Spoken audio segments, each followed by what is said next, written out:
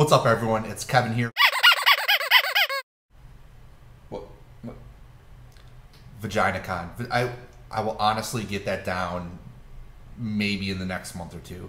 I apologize. I will get it figured out. So I've been on the site for a while now doing male Birchbox reviews. I've even dropped a female Birchbox review where I showed how the other half lives. Apparently they want me to branch out now away from my area of expertise, which is obviously male grooming, to talk about some relationship advice for the That's What He Said column. I'm really excited about this because there's nothing better than me pontificating on things I know absolutely nothing about. It's kind of like a hobby of mine. I love answering like suicide hotline questions or going into supermarkets and guiding people to aisles wearing a smock and sending them to the totally wrong places. It's how I spend my Saturdays. So anyways, so let's get into this relationship advice. I'm going to tackle the first question right now, right off the bat. And it is from Maimed in Miami, or yeah, there's no name attached to this. I really like the lame names that come with advice columns. It's always like Tearless in Texas or something stupid like that. So the editors of VaginaCon, I implore you to start asking people to attach names, or at least get a first name where we can make fun of the person, you know, whatever. So here's the question. I've been with my boyfriend for about 10 months now, and when we go out, we split the check. If we see a movie, I buy my own ticket and snacks. It bothers me, but I don't know how to bring it up with him, to him without sounding like a gold digger or a mooch. Couple things we need to address here. First thing, your terminology. Gold digger. Yes, she's a trifling friend indeed. Oh, she's a gold digger. Way over town, that digs on me.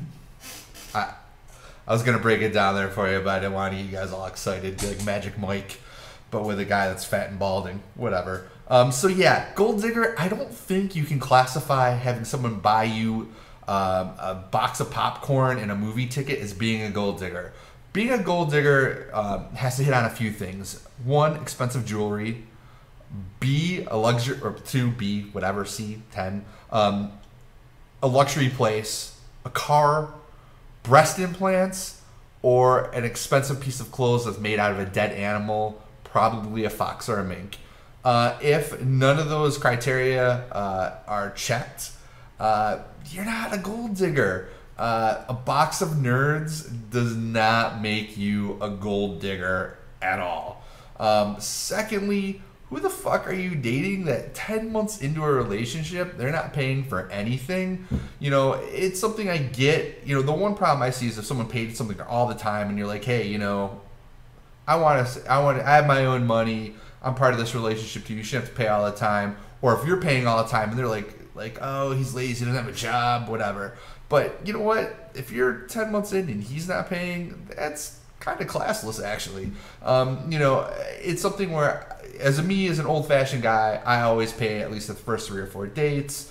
And then after that, it's something like, hey, you know, I let other people pay, and we just kind of exchange. Because at that point, if we're in a relationship, you're sharing things. You're sharing your emotions. Well, for people that have emotions, I've heard they exist. You're sharing stories about yourself, sharing your life, and you're sharing finances on some level. It's not something where you need to split a checking account, but, you know, hey, someone picking up a check every once in a while makes the other person feel good, and it's just kind of a nice thing to do. I think the one easy way to do this, and this is the serious advice portion of it, is why don't you pick up a check and say, hey, I got this one this time, why don't you get the next movie or you get the next dinner? And it's something that maybe starts a trend. If they push back off that, it's probably kind of a red flag that they're either cheap, a little bit weird, or they're fucking 7 other girls. You know, maybe the last one might be a little bit harsh, but, you know, but do that little soft push. Say, hey, you know, I'd like to buy this one this time, and maybe start a trend. Easy way to go. So now, I'm going to get back to gold digger. Until next time. Now I ain't saying she a gold digger, but she ain't messing with no broke. Now I ain't saying she a gold digger. VaginaCon. Big ups in 2020.